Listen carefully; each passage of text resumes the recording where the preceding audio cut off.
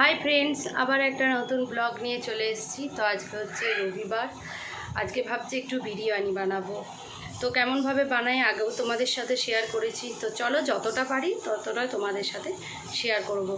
আর তোমরা কিভাবে বানাবে বানাও ওটাও কিন্তু অবশ্যই জানিও যে আমরা এইভাবে বানাই, তাহলে আমিও একটু ট্রাই করব। আর আমি কিভাবে বানাই, আমি আমার নিজের মন থেকে বানাই। হ্যাঁ, ভিডিও তো আগে অনেক দেখেছি, এখন আর দেখি না, এখন নিজের মনের মতো করেই বানাই। তো খারাপ হয় না। তো তোমরা কেমন বানাও বলবে, আর আমি কীরকম বানাচ্ছি তোমাদেরকে দেখাবো। বিরিয়ানি বানাবো, তার জন্য এই যে ভাতের জন্য, মাংসর জন্য সব আলাদা আলাদা করে রেখেছি। মশলা এগুলো গোটা মশলা, জলে যেটা দেবো বা গোটা ফোড়ন যেটা দেবো প্রথমে করতে, এবারে মশলাপাতি করব।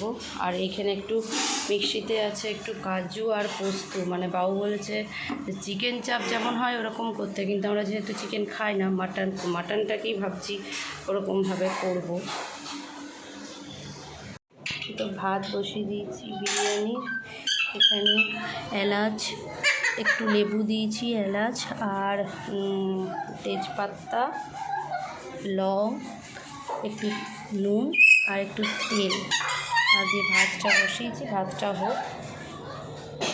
এই ভাত আমার হয়ে গেছে, একদম ঝরঝরে। আর এইখানে ম্যারিনেট করে রেখেছি মাংসটা, 2 ঘন্টার মতো হয়ে গেছে। আর এইখানে মশলা আমার রেডি, এই দেখো। আর একটা জিনিস দেখায়, এই দেখো পাখিটাকে দেখো, তখন থেকে শুধু মা মা করছে।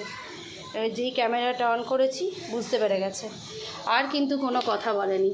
এই দেখো, খুব বদমাস, ও দেখছে কেমন না সারাদিন মা মা।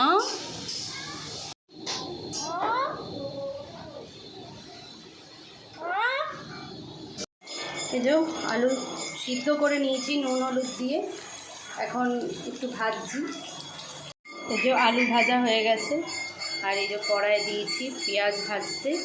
আর বেরেস্তা করতাম আগে, এখন কিন্তু আর বেরেস্তা করি না, কারণ বাবু পছন্দ করে না। তো ও যেরকম পছন্দ করে সেরকমটাই করি, যেহেতু কীরকম খাবে না খাবে, কারণ আমার মতো করলাম, সেটা খাবারটা যদি না খায়।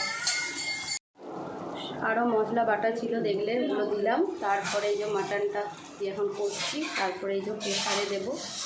মাংস হচ্ছে, এখন সিটিতে বসিয়েছি। আর আজকের যা গরম, পাগল হয়ে যাচ্ছে, এতটাই গরম। এই দেখো সিটি পড়েছে, এই নিয়ে দুটো পড়লো, একটা বাজলে বন্ধ করে দেবো। তো কী করবো, একটু করে রান্না করছি আর একটু করে এই বাচ্চাতে এসে দাঁড়াচ্ছি, প্রচণ্ড গরম। আমাদের এখন প্লাস্টারের কাজ চলছে, ওপরটাও অনেকটা কমপ্লিটই হয়ে গেছে, রুমগুলো প্লাস্টারও হয়ে গেছে, বাইরেটা হচ্ছে। তো ওর আলাদা ক্লিপ আছে, তো তোমাদেরকে পরে সব শেয়ার করব।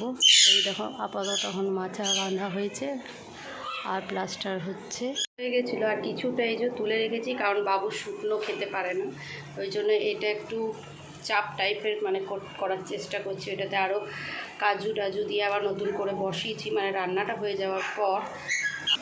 আর এই দিকে এই যে নিচে আছে মাটনটা, তারপরে ভাত, আলু, বেরেস্তা ভাবলাম যে রাখবো না, তারপরে একটু দিলাম। আর যে জলগুলো দিই, কেওড়া জল, গোলাপ জল, আর একটু মিঠা আতর, আর একটু দিয়েছি পিঁপড়ি রং। এটা এবারে দমে বসাবো। আর দিয়েছি বিরিয়ানি মশলা একটু দিয়েছি, দমে বসিয়েছি এখন। তো খাবার বেড়ে নিয়েছি আমাদের 3 জনাকারই। এদিকে স্যালাড, ওটা মাটন চাপ টাইপের, আর ওই যে বিরিয়ানি। তো খেতে বসে পড়েছি, আর সত্যি কথা বলতে খুবই সুন্দর হয়েছে। বাবু কেমন হয়েছে? ভালো হয়েছে। দুপুরে খাওয়া দাওয়ার পরে একটু বেরিয়েছিলাম বাবুতে আমাতে বেরু। তো বাবু বলল মা আমি বার্গার খাবো আর মিল্ক শেক। তো আমি বললাম ঠিক আছে। তো আমরা গেছিলাম হচ্ছে ব্রিউ বার্ডস ক্যাফে। সেটা হচ্ছে তোমরা যদি মাচানতলা থেকে কলেজ মোড় দিকে সোজা যাও, বাজার কলকাতার ঠিক উল্টো দিকে কিন্তু দোকানটা। আমরা কিন্তু জিনিসটা নিয়ে বাড়িতেই চলে এসেছিলাম। আর তোমরা যদি চাও যে বাড়িতে বসে আমরা ডেলিভারি করব, সেটাও তোমরা পারো। আর যদি বলো যে না ওখানে গিয়ে খাবো, তারও কিন্তু ব্যবস্থা আছে। আর আমি কিন্তু স্ক্রিনে ওদের কিউআর কোডটা দিয়ে দিচ্ছি, তোমরা যদি চাও ওখান থেকে বুকিং করতে পারো। তো যাই হোক, এরই সাথে তোমাদের এই ব্লগটা কেমন লাগলো তোমরা অতি অবশ্যই জানিও। আর লাইক, কমেন্ট, শেয়ার এবং সাবস্ক্রাইব করো। আর দেখতে ভুলো না ব্লগ উইথ লিলি।